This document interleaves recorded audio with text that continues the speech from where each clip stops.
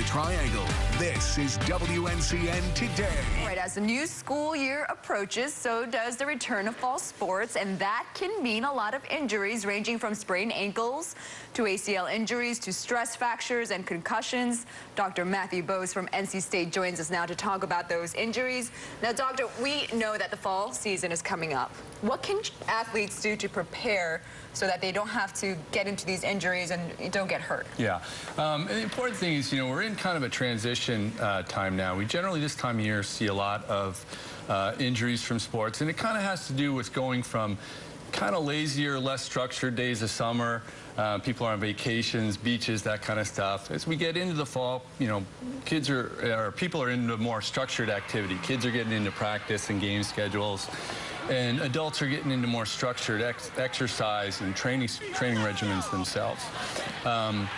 The type of injuries that we're talking about are generally overuse type injuries, or things that you get when you suddenly increase your activity.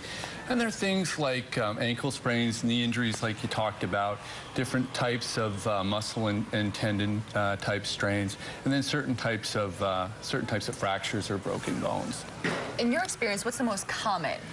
Well, usually it has to do with ankle sprains or certain types of knee injuries. But there's things that you can do to prevent it, and there's some steps that you can take. The first thing is, as you get back into an exercise routine, recognize that there's a potential problem with this. Kind of ease into things. Give yourself and your body some time to progress.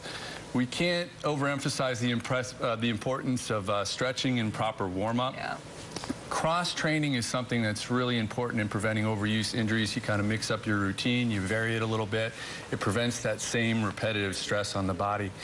And then finally, using proper technique. This is important when you're just starting an activity or getting back into one. Things like throwing sports, racket sports. I recently started swimming, and it's really important in that.